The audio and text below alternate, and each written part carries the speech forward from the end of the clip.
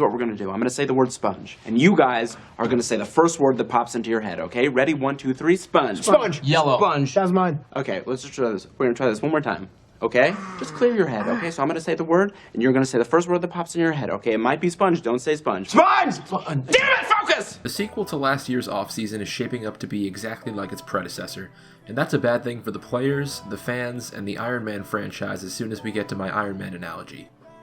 This sequel, however, is probably worse than Iron Man 2, and like said film, includes many dumb choices made by its writers and characters.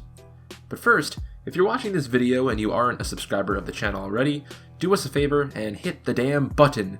I will not ask you again. We're about a month away until pitchers and catchers report, and most of the high-end free agent market has yet to find a new home.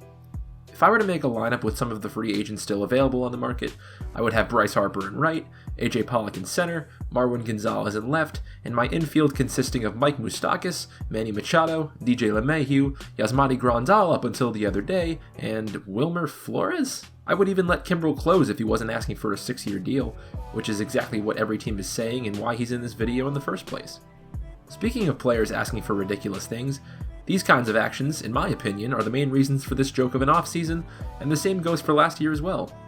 Teams are starting to finally realize signing a player for $300 million over 63 years isn't very good for them. Here's a good rule of thumb for teams. If the free agent you're looking at wants to sign a contract longer than the amount of time it's taken George R.R. Martin to write the next Game of Thrones book, run. Run away, ghost the player, take the cat, and run for the mountains. There's no reason to still be talking to that player. So Craig Kimbrel, are you really going to get a deal for 6 years? No. Sorry, pal. Reality is often disappointing. We saw this last year with Eric Hosmer, a one-time All-Star who was asking for a 9-year deal.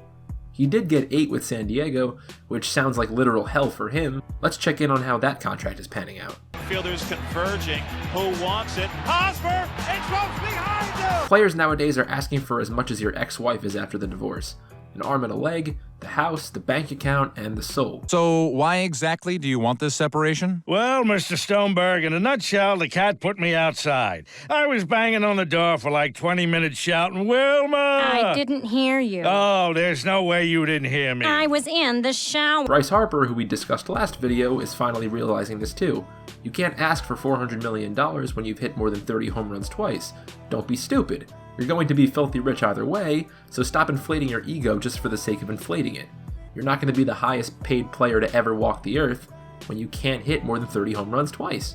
It's just not going to happen. He's waited so long for a team to offer him this crazy dream money, and he's probably going to end up going back to the Nationals, who as of right now seem to be offering him the most, which is something that nobody thought was even remotely possible at the start of the offseason. Professional asshole Manny Machado seems to be finding the perfect fit for his douchebaggery, as I assume he'll be signing a deal with the Yankees any day now. Although honestly, at this rate, I think the Chicago White Sox are going to sign Machado's great-grandmother and her pet parrot just to have Manny on their team. The Machado family's Christmas photo will be full of family members with White Sox jerseys because they're all going to be on the same squad. It's kind of sad yet genius how far the White Sox are going with this here, and I hope they can manage to sign him. Honestly, this seems like some kind of crazy reality show.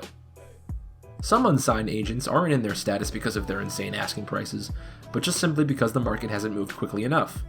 Adam Ottavino is a prime example. Right up there with Kimbrel as the best reliever on the market right now, he's not asking for insane prices or years on the contract, but he just hasn't found the right fit yet. I'm also sure the Yankees will gobble him up too by the time this video releases. So we've seen this trend for the past 2 off seasons.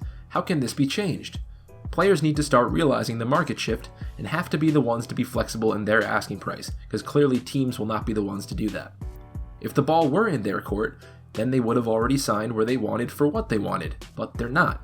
They are currently unemployed. Teams are either going for cheaper, safer options, or they just aren't actually willing to go all in after all.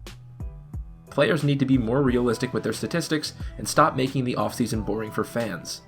I'd like to see more teams blow away millions of dollars much quicker. I spent so much time watching the winter meetings just to get a couple of doinky trades. The offseason is getting way too boring. Wake up, professional athletes, the times are changing. The days of A-Rod-like deals are gone. I suspect Mike Trout may get the last one, and no, Bryce Harper, you are literally nowhere near as good as Mike Trout. Anyways, leave your thoughts below, blah blah blah blah blah. Seriously though, heart to heart, if you could please go and follow me on Twitter.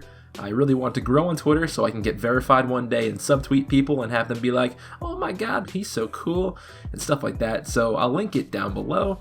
And clearly I put so much effort into that one, so if you can go do that now, I think I put in the work for it. Also, I started a solo channel called SRS Matt, just like Mike's, and I may turn it into a solo channel talking about the Mets, and maybe some gaming videos littered in there as well. But either way, if you're interested in that at all, you'll see that in the end screen and in the description. Now I'm running out of awkward ways to end this video, so Let's just try it again. Give me a shot. Give me a shot. Give me a shot. I'm gonna say sponge one more time. First word that pops into your head. Ready? 1, 2, 3, sponge. Sponge. Ah! Winston! I call the shots, I run the balls, I'm Michael Jordan. Hit it with a little bit of push and a little bit of pull when the goddamn mic recorded.